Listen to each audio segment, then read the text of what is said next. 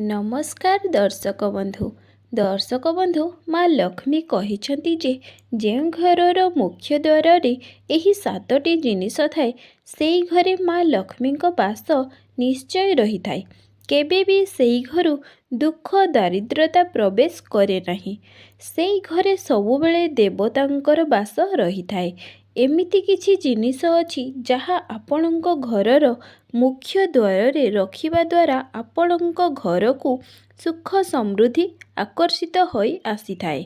कौनसी नकारात्मक वातावरण नकारात्मक एनर्जी आपणक घर को प्रवेश करि पारि न थाए। एमिति किछि जिनिस आपणको आपणक घरर मुख्य द्वार रे रखिबा दरकार। दर्शक बंधु आपण माने ओडिया रे गोटे कथा शुणिथिबे गाँ सुंदर धोबा तुठरू अर्थात आपणक घरर गाँर मुख्य जो पोखरी थिबो सेई पोखरीर सौंदर्यरू आपण माने जानिथिबे जे सेई गाँ रे केते सुंदरता केते निर्मलता अछि। सेथिपाई गाँर मुख्य को गाँर मंदिर गाँर मुख्य एंट्रांस को सबुबले सफा सुतुरा रखती। प्रत्येकଙ୍କ घर देखंतु घरर मुख्य द्वार जेते सफा सुतुरा थिबो से घर भीतर लोकमानंकर चिंताधारा केते सुंदर आपण जानि पारिबे। जो घरर मुख्य द्वार असना थाए से घर को केबे भी लक्ष्मीकर बास रही न थाए। जो घरर मुख्य द्वार को महिला माने सफा करती नहीं सजाती नहीं से घरे केबे भी लक्ष्मीकर बास रही न थाए। घरर मुख्य द्वार रे आपण असना करुछंती आपण घरर मुख्य द्वार रे जदि एही सातटी जिनिस रखिबे आपणक घरे माँ लक्ष्मी निश्चय विराजमान हेबे। एवं घरर मुख्य द्वार रे एमिति केउ जिनिस रखिबे नहीं जहा द्वारा आपण माने माँ लक्ष्मीकर कृपा पाइबे नहीं। आपणको या उपरे आजिर वीडियो रे देखाइबी। जदि आपण माने मो चैनल को सब्सक्राइब करि नाहंती सब्सक्राइब निहाती करंतु। वीडियो को गोटिए लाइक करि दियंतु। कमेंट बॉक्स रे जय माँ लक्ष्मी निश्चय लिखंतु। एबे दर्शक बंधु घरर मुख्य द्वार आम घरर मुख्य द्वार जेपरि आमे घरर मुरबी जदि ठीक थिबे घर निश्चय भल रहिबो। सेई घरे केबी भी अन्याय हेबो नाही। बहु प्रति ना सासु प्रति ना झियो प्रति ना पुओ प्रति सेमिति घरर मुख्य द्वार जदि मजबूत थिबो सुंदर थिबो घरर समृद्धि को केही रोकी पारिबे नाही। किछि जानिबा कथा जहा कि आपण माने जानिछंती कि नाही मु जानिनी। एही वीडियो को देखि सारिबा परे थरुटिए निज मुख्य द्वार को चेक करंतु कोन आपणको मुख्य द्वार रे एही सब भूल हो नाही तो। दर्शक बंधु प्रथमे घरर मुख्य द्वार सामना रे केबे भी कंटा जातीय वृक्ष रखिबे नाही। घरर मुख्य द्वार कबाट जेतेबेले आपण माने खोलिबे एहा भीतर पट को आसुथिबो।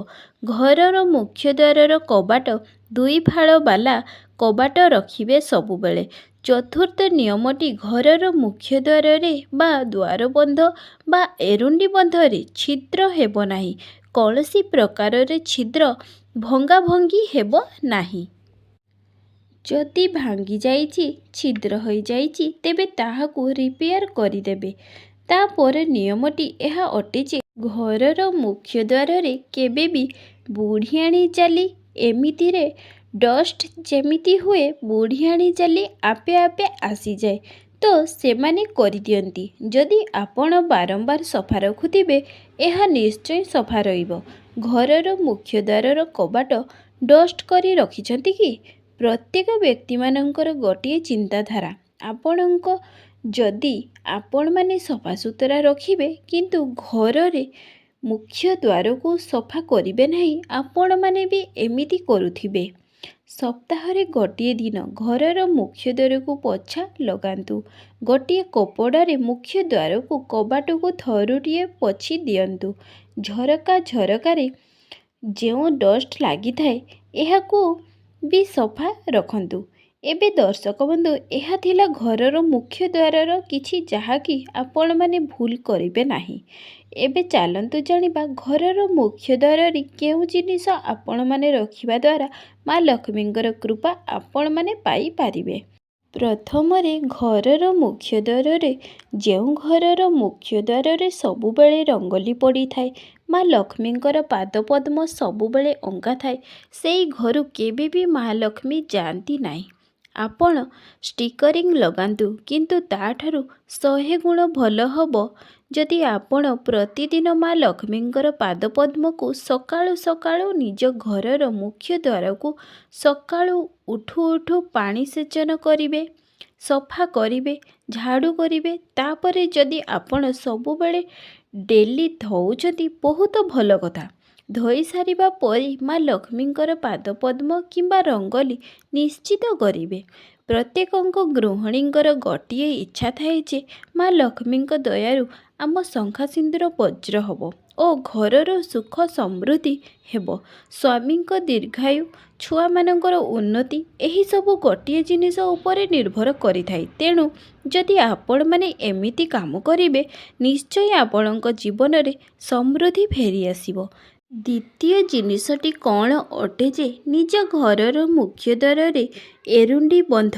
ସେହି ଏରୁଣ୍ଡି ବନ୍ଧରେ ଯଦି ଆପଣ ଗରିବରୁ ଅତି ଗରିବ ଅଛି ଚାହୁଁଛନ୍ତି, ଏହାକୁ ଦୂର କରିବା ପାଇଁ ହଳଦୀରେ 2 ଗୋଟି ସ୍ୱସ୍ତିକ କରିବେ, ଏରୁଣ୍ଡି ବନ୍ଧରେ କରିବେ ଏବଂ ଏହା ପ୍ରତିଦିନ କରୁଥିବେ, ଧୋଉଥିବେ। ପ୍ରତିଦିନ ସକାଳ ସମୟରେ ସକାଳ 9ଟା ପୂର୍ବରୁ ଏହି ପୂଜାକୁ କରିଦିଅନ୍ତୁ।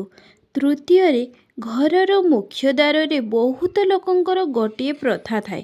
ଘରେ କଳି ଝଗଡ଼ା ବହୁତ ହେଉଛି, ଭୂତ ପ୍ରେତର ବାଧା ରହୁଛି, ଘରେ କାହାରି ବି ମନ ମିଶୁନାହିଁ, କରଜରେ ବୁଡ଼ି ବୁଡ଼ି ଚାଲି ଯାଉଛନ୍ତି।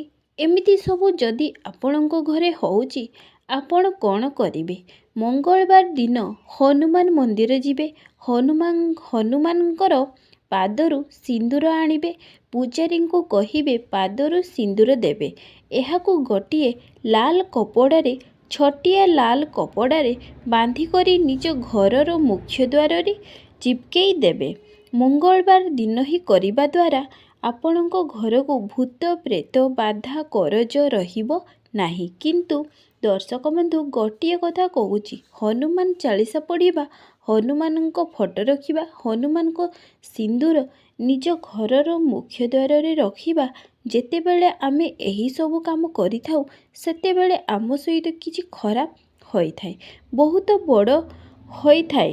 ଆମେ ଭାବିଥାଉ ଯେ ଆମକୁ ହନୁମାନଙ୍କର ପୂଜା ଠିକରେ କଲୁ କି ନାହିଁ, ଭଲରେ କଲୁ କି ନାହିଁ, ହନୁମାନଙ୍କର ଫଟୋ ବିସର୍ଜନ କରିଦେଉଛେ, ହନୁମାନଙ୍କୁ ବିଶ୍ୱାସ କରିବା ଛାଡ଼ି ଦେଉଛେ। ଏମିତି ଯଦି ଆପଣମାନେ କରୁଛନ୍ତି, ଏହା ସମ୍ପୂର୍ଣ୍ଣ ଭୁଲ।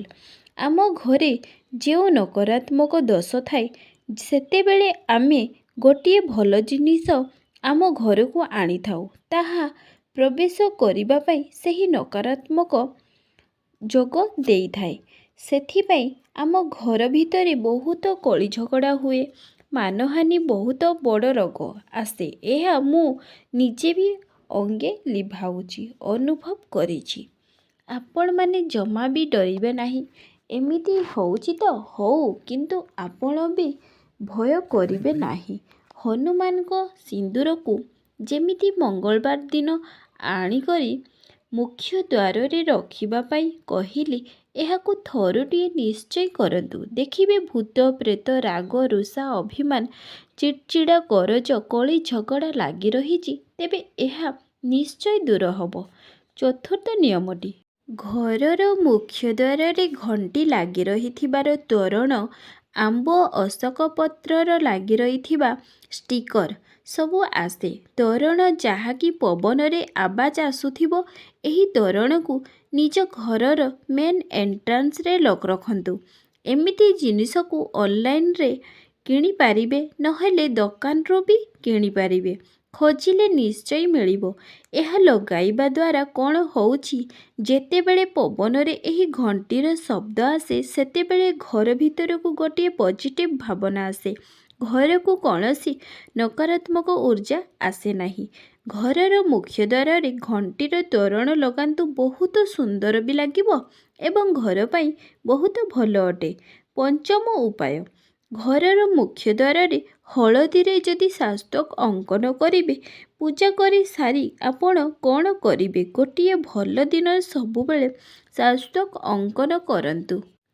ଗୋଟିଏ ଭଲ ଦିନରେ ତେବେ ଏହା ଘରକୁ ସୁଖ ସମୃଦ୍ଧି ପ୍ରାପ୍ତ କରିଥାଏ। ତାପରେ ନିୟମଟି ଜାଣିବା ପୂର୍ବରୁ ମନେ ରଖନ୍ତୁ, ଏହି ନିୟମଟି ପ୍ରତ୍ୟେକ ଶିବ ଭକ୍ତମାନେ ଯଦି ଆପଣଙ୍କ ମନରେ ବିଶ୍ୱାସ ଅଛି, ଏହି ଉପାୟକୁ ଥରୁଟିଏ କରନ୍ତୁ। ଯେକୌଣସି ବି ସୋମବାର ଦିନ ନିଜର ଘରର ମୁଖ୍ୟ ଦ୍ୱାରରେ ଆପଣମାନେ ଶ୍ରୀ ଶିବାୟ ନମସ୍ତୁଭ୍ୟମ୍ ଏହାକୁ ଚନ୍ଦନରେ ଲେଖନ୍ତୁ। ଏହାକୁ ଲେଖିବା ଦ୍ୱାରା ଘରର ମୁଖ୍ୟ ଦ୍ୱାରରେ ମାସେ, 2 ମାସ, 6 ମାସ, ବର୍ଷେ ଲାଗିପାରେ, କିନ୍ତୁ ଆପଣଙ୍କ ଘରକୁ ସୁଖ ସମୃଦ୍ଧି ଏମିତି ଆସିବ ଆଉ ଉନ୍ନତି ଏମିତି ହେବ, ବିଶ୍ୱାସ କରି ହେବନି। ଘରକୁ ଏମିତି ଗୋଟେ ପରିବର୍ତ୍ତନ ଆସି ଆପଣ ଭାବିପାରିବେନି କେଉଁ ନା କେଉଁ ଆଡ଼ୁ ଏମିତିକା କେମିତି ରାସ୍ତା ଖୋଲିଯିବ, ଭଲ ବୁଦ୍ଧି ମିଳିବ, ଘରର ସବୁ ଜିନିଷ ଭଲ ହିଁ ହେବ। ଦର୍ଶକ ବନ୍ଧୁ, ଭଗବାନଙ୍କ ଉପରେ ବିଶ୍ୱାସ ରଖନ୍ତୁ। ଥରୁଟିଏ ଯେଉଁମାନେ ଏପର୍ଯ୍ୟନ୍ତ ଭିଡ଼ିଓ ଦେଖି ପାରିଲେନି, ନିଜ ଘରର ମୁଖ୍ୟ ଦ୍ୱାରରେ ସୋମବାର ଦିନ ଚନ୍ଦନରେ ଶ୍ରୀ ଶିବାୟ ନମସ୍ତୁଭ୍ୟମ୍ ନିଶ୍ଚୟ ଲେଖନ୍ତୁ। ତାପରେ ଆପଣମାନେ ନିଜେ ଅନୁଭବ କରିବେ ଯେ ଏହି ନାମର କେତେ ଶକ୍ତି ଅଛି। ଥରୁଟିଏ ଚନ୍ଦନରେ ନିହାତି ଲେଖନ୍ତୁ। ତାପରେ ନିୟମଟି ଏହା ଯେ ଘରର ମୁଖ୍ୟ ଦ୍ୱାରରେ ଶୁଭ ଲାଭ ବି ଲେଖାଯାଏ। ଷ୍ଟିକର ଲଗାଇବା ସହିତ ନିଜେ ଲେଖିବା ଶୁଭ ହୋଇଥାଏ। ସବୁବେଳେ ଗୋଟିଏ ଭଲ ଦିନରେ ଏହାକୁ ଲେଖନ୍ତୁ। କେବେ ବି ନିଜ ଘରର ମୁଖ୍ୟ ଦ୍ୱାର ସାମ୍ନାରେ ଚପଲ ରଖିବେନି। ମା ଲକ୍ଷ୍ମୀ ଆମ ଘରକୁ ଆସନ୍ତି, ଯେତେବେଳେ ମୁଖ୍ୟ ଦ୍ୱାରରେ ଚପଲ ଦେଖିଦିଅନ୍ତି ସେଇଠୁ ଫେରିଯାଆନ୍ତି। କେବେ ମୁଖ୍ୟ ଦ୍ୱାରରେ ଚପଲ, କଣ୍ଟା ଜାତୀୟ ବୃକ୍ଷ ରଖିବେ ନାହିଁ। ତେବେ ଦର୍ଶକ ବନ୍ଧୁ, ଆପଣମାନେ ଏହିସବୁ ଜିନିଷ ନିଶ୍ଚୟ ରଖନ୍ତୁ। ଜୟ ଜଗନ୍ନାଥ।